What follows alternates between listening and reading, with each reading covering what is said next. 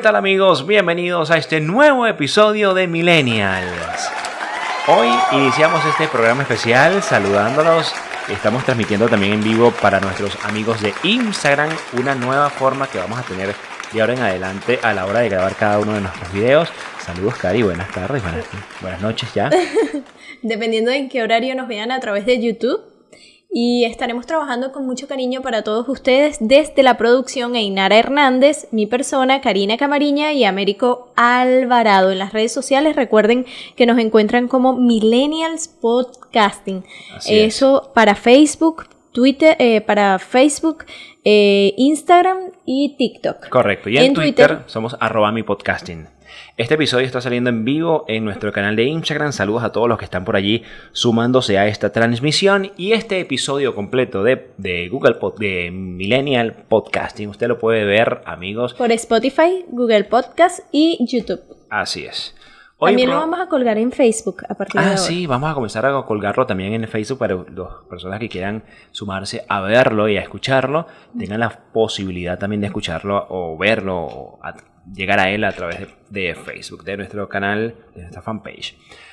El episodio del día de hoy está muy interesante, creemos que va a estar muy interesante porque vamos a tocar un tema que a todos nos atañe, tanto usted que nos sigue en Instagram como las personas que nos están viendo en este momento, o simplemente las personas que quieren conocer un poco más de cómo vive la migración, esas personas que hoy día llegamos como migrantes a cualquier lugar, porque sé que sí les da mucha curiosidad. En mi caso, en el trabajo algunas personas me han preguntado en la oficina acerca de la migración, cómo uno se siente, cómo es adaptarse, todo ese tipo de cosas causa bastante curiosidad. Fases emocionales o psicológicas de la migración, de eso va el podcast el día de hoy, pero ojo, vamos a tocar como dos puntos de vista, ¿no? Las fases psicológicas y emocionales de la migración en general, no solo de los venezolanos en general, y también vamos a tocar ese punto tan importante y tan interesante también, que es la migración como la que nos tocó a nosotros en Venezuela. Que es un poquito más forzada, porque nos toca de repente salir de nuestro país, no tenemos a veces una oferta de trabajo directa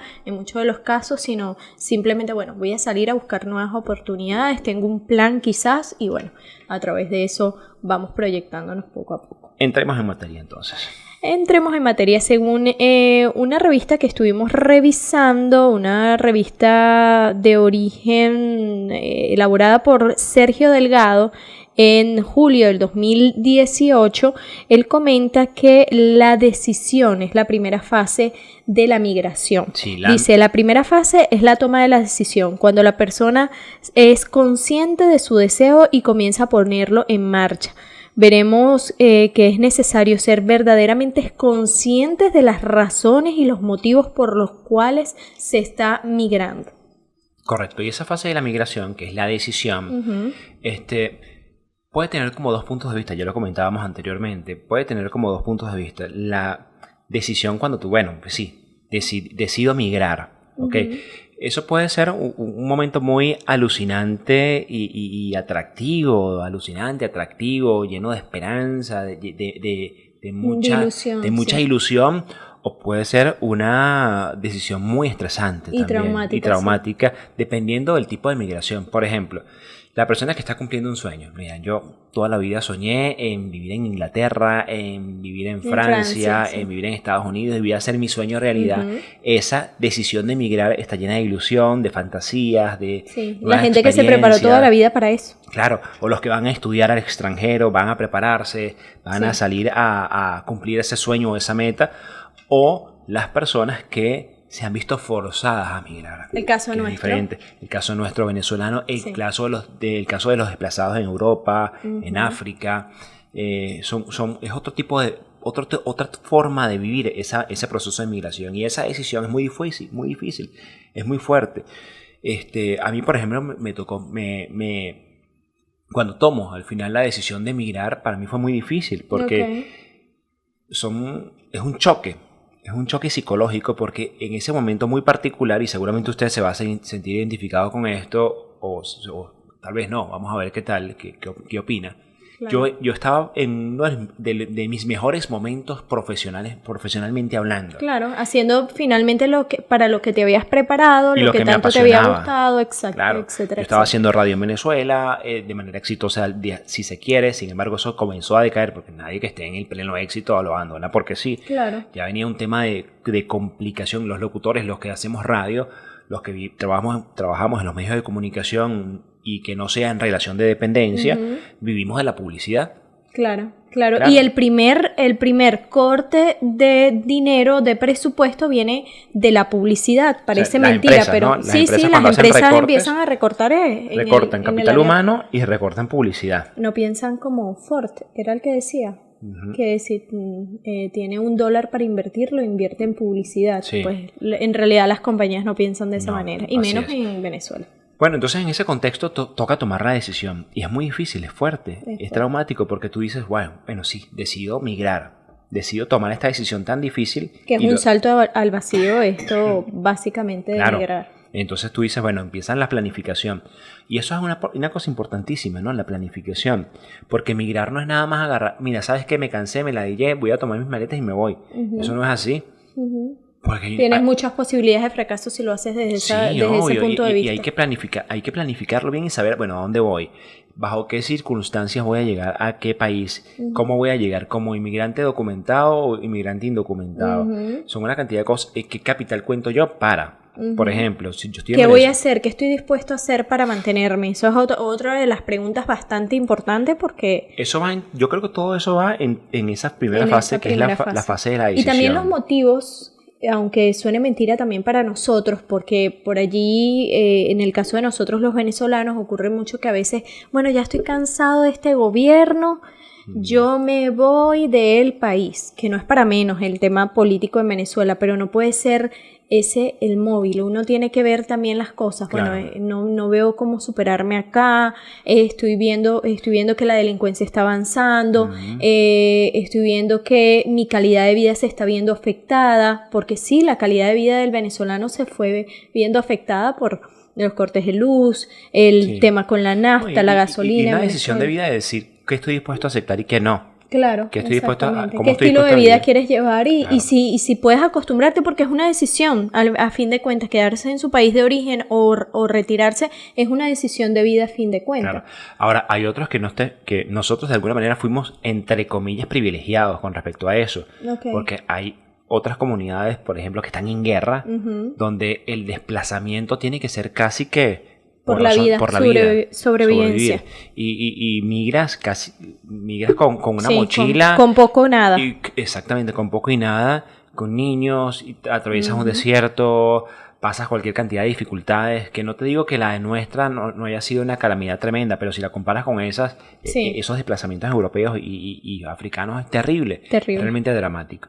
Luego viene la fase de la despedida. El siguiente proceso importante es la despedida, dice esta persona, luego del lugar de origen, dejando todo atrás, aquello que hasta el momento formaba parte de la vida de esta persona, su contexto esencial y por lo tanto su ámbito de referencia y seguridad. Pierdes toda la seguridad. Bueno, yo tengo seguridad de que en mi casa no va a faltar nada y comienzas a irte a un lugar donde, bueno, en un principio tú llevas un capital, etcétera, etcétera, pero dices, bueno, en 5 meses no sé dónde voy a estar, no sé qué si voy a tener para el alquiler, esa etcétera. Fase de la despedida es no solo la despedida, digamos, física de las personas, porque no es chao mamá, chao papá, chao hermano, es la despedida en general con tu entorno, con la tierra que te llevó a crecer, con el trabajo que para bien o para mal tenías, es la despedida de los amigos, es la despedida de una vida.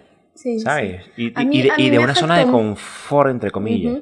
A mí me afectó mucho la migración en esta parte de la despedida, porque yo siento que yo la viví como previo a ese momento de despedida. O sea, yo pensaba los días previos, los meses previos a irme, que estaba durante ese proceso de planificación, pensaba a lo que me iba a encontrar, a la incertidumbre de lo que me iba a encontrar, y ya eso me generaba sufrimiento. Y despedirme en ese momento de mi familia y todas esas cosas, de mis amigos, era como una de esas cosas que profundamente sí me perturbaba y me generaba mucho sufrimiento. ¿Tú sabes qué me generó a mí muchísimo besar? La despedida de mi familia y la despedida de Brandy. Ah, sí, porque nosotros dejamos, como muchos de los que nos siguen en Chamo Pibe deben saber, nosotros dejamos a Brandy, nuestra mascota, durante 9 meses. Sí, unos meses en Venezuela. 9 meses. 9 meses, ¿lo tienes contemplado? Sí, sí, fueron 9 meses que dejamos a Brandy, sí. que la teníamos desde que había nacido, desde los 2 meses. Sí. Entonces ya tenía 6 años aproximadamente cuando la dejamos, y dejarla fue difícil porque teníamos el plan de traerla, pero ¿cuándo? Exactamente. ¿Cuánto iba a costar eso? ¿Cómo lo íbamos a traer? No lo sabíamos. Entonces esa fase de la despedida. Luego viene la fase de la llegada y su integración. Esa fase de llegada es traumática. Sí, pero en esa parte de la llegada... Es rara. Sí. Es rara, y aparte tiene muchas vertientes, porque hay gente que primeramente, como lo explica este psicólogo, primeramente pasan por esa etapa de enamoramiento, de enamorarse. Los primeros momentos generan estrés, pero luego dice la fase del enamoramiento, sentimiento de libertad y de que todo es posible, es una de las primeras que nos abordan, porque cuando tú llegas al lugar y bueno, lo primero que sientes es incertidumbre, bueno, ¿en qué voy a trabajar? ¿Qué voy a hacer? Etcétera, etcétera, y luego empiezas a preguntarte, a decirte... bueno, este lugar está lindo por esto, me agrada esto. Por lo menos a mí una de las cosas que más me gusta de Buenos Aires es que es una ciudad, bueno, es la ciudad de la furia, tiene vida durante la noche, muchísima vida, y en Venezuela ya nos habíamos acostumbrado a este tema de cerrar todo temprano, de llegar temprano a casa, eso de salir de noche era como muy comedido, hasta muy temprana hora porque era peligroso. Y esto de esa libertad de que uno podía tomar el subte, un colectivo hasta su casa y salir, encontrarse con amigos, familiares, pues me resultaba absolutamente fascinante. Totalmente fascinante, total. Tantas cosas que cuando tú llegas... Lo cultural que es la ciudad, es otra de las cosas que fascinan y enamoran. Sí. La misma tonada en un principio es algo que cautiva, porque esa curiosidad de, bueno... cómo se expresan y todo eso. También depende mucho de cómo tú llegues, ¿no? Sí. Porque si tú llegas con cierto colchón financiero, digamos, y que te permite a ti no tener una carga de estrés tan fuerte, ¿qué voy a hacer para subsistir el siguiente mes? Lo disfrutas más. Lo disfrutas más y tienes más tiempo como para estacionarte, digamos.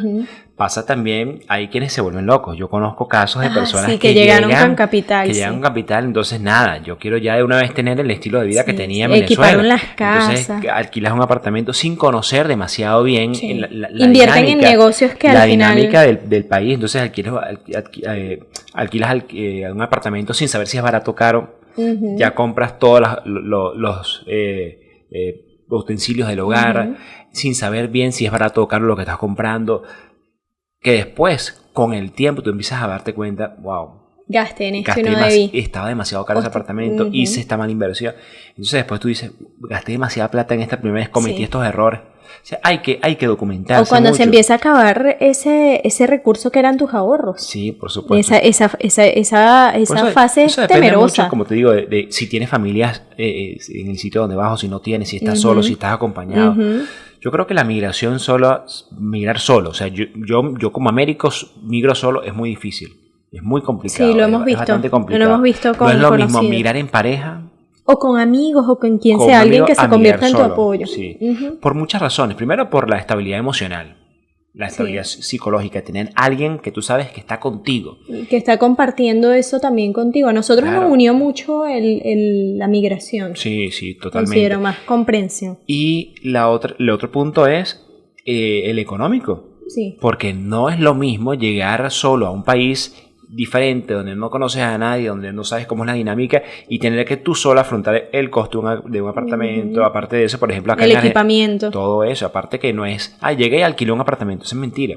Aquí, por ejemplo, en el caso de Argentina, y seguramente yo creo que esta experiencia se puede extrapolar a todos los países. ¿A qué te refieres? Me refiero a los gastos que implica entrar a un apartamento. Tengo entendido que en otros países es más sencillo.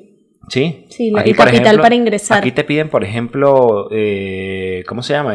Seguro de caución. Ujú. ¿No? Seguro de Es caución una pérdida de dinero. tremendo, seguro de caución o seguro garantía propietaria, que es una complicación. Ujú. Nosotros no tenemos. Sí. Nadie que sea extranjero tiene una garantía. Garantía propietaria básicamente es tener una propiedad que pongas en garantía. Exactamente. Un inmigrante no tiene una propiedad que ponga en garantía, obviamente, a menos que... Somos los mejores clientes de esas compañías. Entonces tienes que comprar un seguro de caución, imagínate tú uno solo haciendo eso, es muy difícil.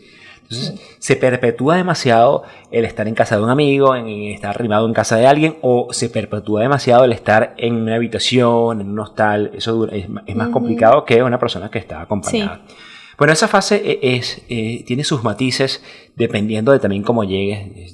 Yo creo que, pero sí, viene esa fase del enamoramiento. Después viene la fase del desencanto, que es esa fase que viene acompañada de enamoramiento, y seguidamente viene la fase supuesta de... Sí, porque evidentemente en todas las culturas hay cosas diferentes, y cuando te encuentras con cosas diferentes, lo natural es sentir un poco de rechazo. Sí. Entonces allí es cuando comienzas a valorar lo que tenías y a, de cierta forma, rechazar la nueva cultura a la que te estás integrando.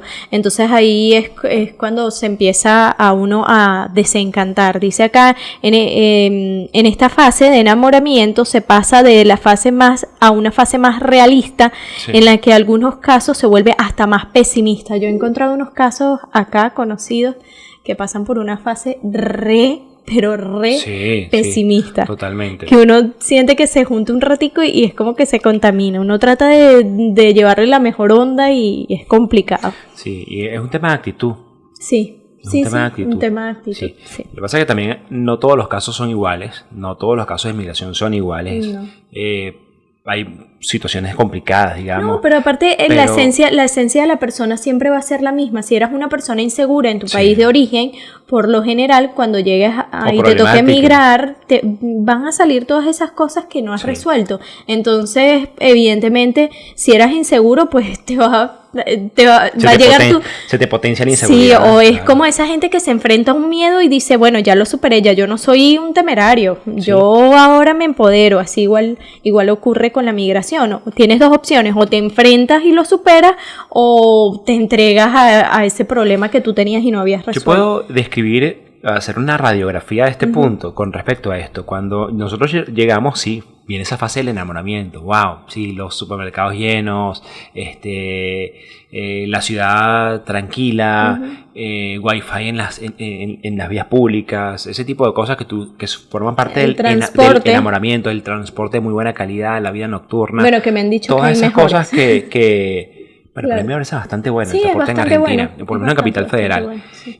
Y luego, cuando hablamos de esa fase de desencanto, a mí me pasó que recién llegando, ya se nos estaban acabando los recursos y me tocaba, y no había conseguido, por lo menos yo no había conseguido trabajo, y conseguí trabajo en un teatro como bachero. Ah, sí. Y me tocó lavar, por eso fue una cuestión de 15 días conseguí ese trabajo. Tuve 15 días más o menos en ese trabajo nada más. Y esa fase yo la puedo llamar como el desencanto, porque de alguna manera pasaba en mi mente fuiste como la Cenicienta después de que la calabaza se vuelve calabaza y deja de ser carroza. Más o menos. Y se vuelve calabaza y estabas ahí tú con tus trastes. ¿Qué mierda estoy haciendo yo aquí? Hace 20 días, teníamos como 20, un mes de haber llegado. Hace 20 días yo estaba haciendo radio, estaba haciendo mi programa de radio, y hoy estoy lavando platos en este teatro. ¿Qué mierda hice? ¿Qué coño estoy haciendo? ¿Sabes? Pasaban esos pensamientos. Pero eso te hace crecer también como individuo y tener humildad. Obvio, por lo menos algo que yo siempre comento y que me parece bueno sacarlo acá a la luz pública. A Américo no le gustaba dar propina en Venezuela. Era algo que le costaba mucho y decía, pero ¿por qué? Si ellos tienen su sueldo, ¿por qué a uno le tiene que dar propina al carnicero o por qué le tiene que dar propina al que es mesero? Y sobre todo cuando las cuentas eran caras. Exacto, sí. Ahora no, ahora Américo es el primero en dejarle su propina al mesero, porque si empiezas a valorar el trabajo de la otra persona, que tú dices, en mi país de origen yo no lo valoraba, el trabajo del mesero. De aprendizaje que tú dices, me tocaba pasar esto, también me tocó trabajar en un restaurante y me tocó también estar pendiente de la propina. me tocó estar pendiente de la propina y estar pendiente de la caja, del no, dinero. yo digo de la propina en el sentido como parte de ingreso. Claro. Era parte de tu ingreso y eso dependía, bueno, y marcaba la diferencia. Si había mucha propina o si no había mucha propina, marcaba la diferencia en tu ingreso. Y tú ahí es donde tomas conciencia, wow, esto pasa aquí, pero seguramente también pasaba en mi país. Cuando yo decía, no, ¿por qué voy a dar propina, no? Entonces tú dices... Son procesos de aprendizaje donde uno tiene un crecimiento espiritual y emocional y como individuo con diferentes situaciones. Pasan crisis también. Es la otra fase. La fase, yo creo que en esta fase de la crisis, que después de la fase del desencanto, dicen los psicólogos que viene la fase de la crisis. Yo no siento que haya pasado por esta fase de la crisis. Ok, cuéntame qué dice. Dice textualmente: hay aspectos concretos por los que una persona emigrante puede pasar a un nivel emocional y psicológico. Veremos que se habla del síndrome de Ulises como proceso propio del emigrante, pero también hay otros aspectos como la melancolía, la añoranza por el lugar de origen, los sentimientos de rechazo, diferentes miedos a la soledad, a la pérdida, aspectos que son comunes al ser humano, pero que el proceso de migración puede actuar como catalizador. Son crisis en general de que empiezas a añorar demasiado, de que te hace bajoneas y no sabes ni por qué. Tú dices, pero hace nada estaba bien. Una cosa que les voy a comentar, por lo menos nosotros que ya tenemos tiempo acá en Argentina, a mí me trastocó un poco, y creo que ni siquiera lo habíamos conversado internamente, me trastocó un poco el tema de volver a hacer los papeles de migración, porque es como que te vuelves a dar cuenta que eres migrante, que tienes que andar sacando papeles, o sea, para mí fue un choque. Esa semana estuve haciendo los trámites de migraciones, me sentí otra vez como, bueno, habré hecho bien, estoy bien o no estoy bien, o sea, es como, no sé, a mí me puso un poco triste el tema de volver a hacer los papeles de migraciones. No lo critico, hay que hacer el tema de los papeles de migraciones, pero sí me hizo un poco cuestionarme acerca de darme cuenta de que, bueno, no todo es color de rosas y que, bueno, que uno sigue siendo migrante. Sí, y vas a ser migrante por el resto de tu vida. En Venezuela, ¿te acuerdas que uno... Qué sentencia, ¿no? No, pero por ejemplo, tú ibas a la panadería y era el portu. Claro. ¿Sabes? El chino. O sea, tú no lo sientes, es parte de uno. Y yo, por ejemplo, me acuerdo de un restaurante de comida china que no sé si te acuerdas en San Antonio cuando íbamos. La china decía ella que se llamaba Karina y hablaba como... Karina se va a llamar. Era chinita, pero hablaba caraqueño, mandibuleado. mandibuleado, caraqueño. Pero tú no la sentías, uno como venezolano. No la sentía como un connacional. No. Sí, la china, siempre va a ser la china. Es la china. O en este caso va a ser el venezolano, el colombiano, el español, el italiano, el portugués, o el árabe, ¿sabes? Sí. Y siempre vas a ser así. Sí, por más que te vaya bien, etcétera, siempre eres el extranjero. Y es un tema que tienes que aprender a vivir con eso, ¿sabes? Luego viene el siguiente punto, que es el establecimiento. Cuando ya pisas suelo firme y empiezas a estar estable. ¿En qué momento tú te sentiste como años. Que ya habías... A los 2 años. Que estabas tranquilo. A los 2 años. Yo creo que el segundo año es el año de estabilización. En general, emocional, psicológico, económico, desde todo punto de vista. Hay casos. Yo conozco gente que tiene más de 2 años acá y siguen casi que como al principio cuando llegaron. No, y hay gente que se acomoda más rápido también. Hay gente que a los 6 meses ya está, cómoda, tranquila. Súper cómodo. Pero generalmente las personas siempre dicen que los 2 años. Los 2 años es que uno tarda en conocer las cosas básicas, porque no es que uno conoce todas las leyes, no las conoce, es mentira. No las puedes conocer igual que un argentino o que un español si estás en España o que un italiano si estás en Italia.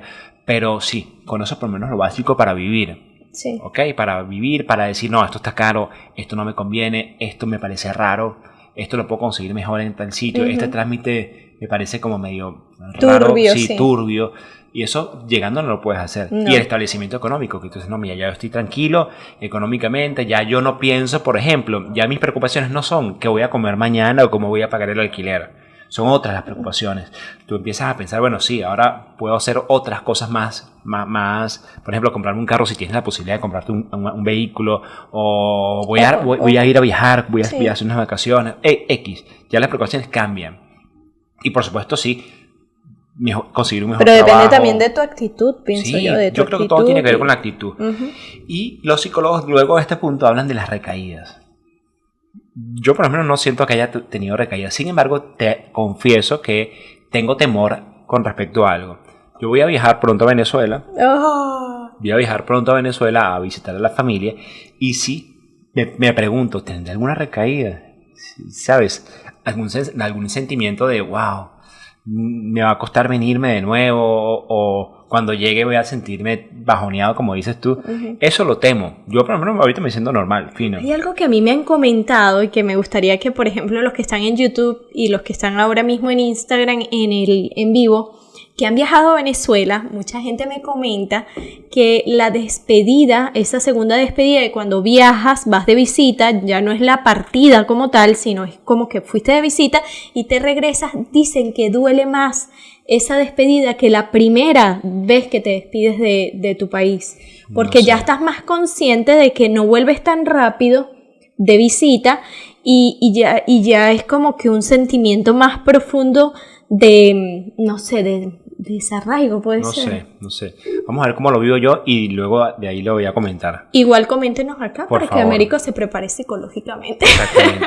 Y luego la decisión de regresar. Ay, sí. Hay quienes, bueno, ya al final deciden regresar. Es una que decisión yo complicada. Creo que a los venezolanos no nos pasa mucho eso, particularmente a nosotros esto de regresar, o no a la mayoría pero yo nos conozco pasa. Mucha gente que ha regresado, ¿viste? Sí, pero a nosotros nos pasa con más frecuencia que nos toca reemigrar, que es duro también. Coño, sí. Para quienes reemigran, porque ya sabes lo que significa migrar en toda su forma y es otro nuevo comienzo y es muy duro.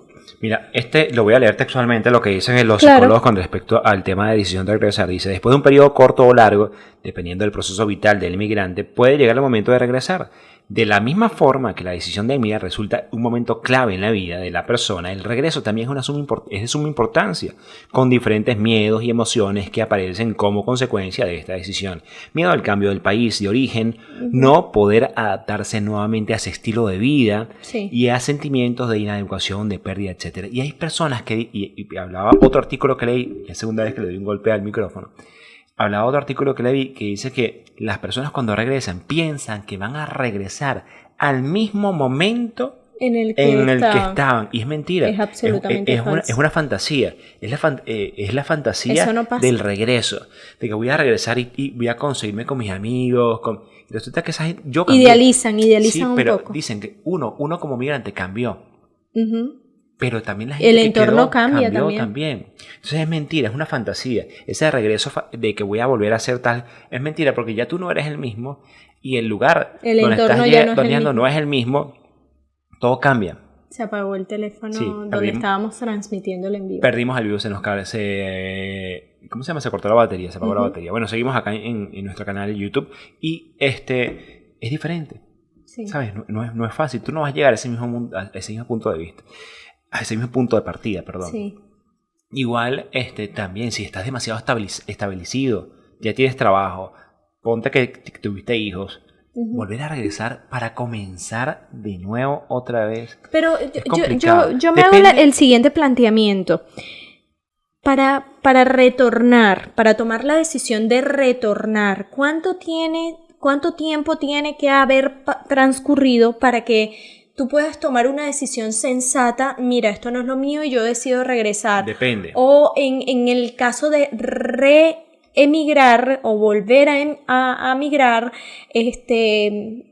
¿cuánto tiempo es el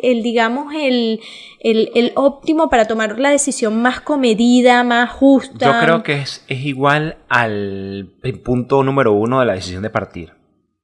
La decisión de en migrar. El momento que lo consideres, no. Así. Cuando tú decides partir es por una razón. Cuando tú decides regresar es por una razón. Por ejemplo, si tú saliste del país a estudiar, una vez que finalizas los estudios puedes regresar. Claro. Si esa era la misión. Si tú decides, no, mira, yo voy a migrar porque quiero conocer el mundo. Bueno, tú puedes salir, conocer el mundo y después dices, bueno, ya, me siento como que listo, puedo regresar. Check. ¿Sabes? O fui a hacer alguna actividad económica, laboral, etcétera. Gané experiencia, puedo regresar. Okay. O pasa el tema de los desplazados, los que hablábamos, o nosotros. Se solventó la situación, voy a regresar. Exactamente, se solventó la situación, ya no hay guerra en este país, puedo regresar. O el caso de los venezolanos, que nosotros salimos por un tema político, económico. Cuéntame más. La situación en Venezuela no ha cambiado mucho, digamos. No. O sea, yo creo que ese regreso por lo menos está bastante lejano. Es bastante lejano porque las razones por las cuales nosotros emigramos no han cambiado. No han cambiado. Y uno, mientras tanto, uno va haciendo una vida aquí. Claro. Que te ha costado mucho. Sangre, sudor y lágrimas. Exactamente. Entonces cuando, supongamos, de aquí a unos años, cambia la situación. No, soltar lo que tienes hasta el momento también es doloroso. Todo lo que yo logré aquí, vale la pena echarlo por la borda, entre comillas, echarlo por la borda, porque la experiencia uno nunca la va a perder. No. Todo esto no es echarlo por la borda, pero vale la pena dejar todo esto para volver a comenzar de cero, que es volver a migrar. Es un proceso como de migración nuevamente. Tú vas a migrar a un país que es distinto, que ya no es el mismo. Entonces, ¿en qué momento cómo que voy a hacer? Primero, ¿cómo voy a subsistir económicamente? ¿Será buscar? Obviamente, yo siempre creo, esto es solamente una opinión, creo que siempre va a ser más fácil conseguir trabajo en tu país que en un país extranjero. Como está ahorita Venezuela, América. Repito, no sé si me expliqué. En una situación ideal, cambia el país y voy a regresar. Cuando en esa situación cambia el país y voy a regresar, entonces tú dices, bueno, yo creo que siempre en esas condiciones va a ser más fácil conseguir trabajo en tu país que de fuera. Digo yo, eso es una opinión. Basada en ningún conocimiento científico, nada de eso, es una opinión, nada más, sencillamente. Entonces dirán, ¿estamos en desacuerdo o no? ¿Ok? Bueno, estas son las fases de la migración. Yo creo que nosotros todavía estamos en esa fase, en la fase de estabilización, ya tenemos 3 años aquí, y estamos todavía en esa fase de estabilización, estamos estables. Pero lo ves como para siempre. No sé. Yo hoy día tengo esta frase. No soy árbol. Sí. ¿Sabes que los árboles tienen raíces? Ellos, donde los plantaste, allí ellos mueren. Sí. En el caso mío no me veo como un árbol. Sí, no, y aparte de eso, nada es para siempre. No. Y nada es... Yo, por ejemplo, no me planteaba salir de mi país. Nunca me planteé emigrar y aquí estoy. Exactamente. ¿Sabes? Nunca me imaginé que iba a estar en otro país y aquí estoy. O sea, nada está dicho y está escrito sobre piedra y eso se va a quedar ahí. No lo sabremos. Yo creo que el destino, las cosas que vayan pasando, las decisiones, yo creo que hay un punto importante. Las decisiones que tú vayas tomando te irán llevando y te irán indicando el camino que vas a continuar. Entonces, bueno, usted seguramente se sentirá de acuerdo o no con lo que estamos planteando, con este capítulo. Esperemos que lo haya disfrutado y esperemos que de alguna manera pueda ayudarle. Una de las recomendaciones para las personas que están migrando o que piensan migrar, busquen siempre apoyo de los connacionales en ese país. Exactamente, te pueden ayudar mucho. Uno siempre dice, no, yo no me junto con venezolanos porque son los que más primero te joden.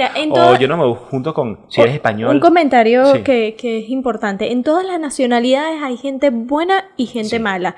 Y ya uno tiene un criterio ya como adulto formado para saber, esta persona me está asesorando bien o tiene una intención de trasfondo o X. Ya uno tiene que tener criterio, pero no hacerse un prejuicio sin antes dejar hablar a la persona. Uno tiene que escuchar. Es la recomendación que yo doy. Escuche y luego evalúe según su criterio qué decisión va a tomar. No es que lo que le diga a un connacional es lo que va a hacer, sino simplemente escucha. A eso les invito. Así es. Entonces eso es importante, amigos, y aparte de eso, vivir cada momento. Hay que vivir cada momento, ¿no? Yo creo que si tienes un momento de recaída, no darse golpes de pecho porque tuviste ese momento de recaída, ¿no? Es parte del momento, claro. Parte de la fase. Independientemente de la razón por la que a usted le haya tocado emigrar. No estamos, ojo, siempre lo decimos, este podcast no es únicamente para venezolanos. Si usted es mexicano, si usted es chileno, no quiero que se parezca demasiado a las razones nuestras, ¿no? Si usted es español, por ejemplo, y quiso migrar toda la vida y quiso vivir en Alemania, por ejemplo, y está escuchando el podcast, busque a españoles en Alemania que lo pueden ayudar, que lo pueden asesorar, que seguramente usted, por ejemplo, si llega y se quiere comprar un carro, ya habrá un español en Alemania que ya tiene carro y le podrá decir, no, mira, para comprar un carro, un coche, un automóvil, ya los trámites son así y no tienes que tú ponerte a averiguar y darte golpes contra la pared y tratar de cuando ya hay otra persona que lo vivió, ¿sabes? Y no solo eso, el apoyo. hay gente que te puede decir, tranquilo, ya yo sé que... Eso nos lo dijeron a nosotros al principio, mucha gente nos lo dijo. Ya yo pasé por eso, cálmate. Sí, eso va, sí, sí. Y eso te ayuda también a calmarte. Eso te ayuda porque es gente que pasó por lo mismo que tú y que te dice así, te entiendo. Y ¿sabes lo importante? Que alguien te diga te entiendo, sé por lo que estás pasando. Sí. ¿Sabes? Lo veníamos hablando en el capítulo anterior. Un sacerdote que nunca ha tenido hijos, familia, esposa, es difícil que te diga te entiendo. ¿Sabes? Es complicado.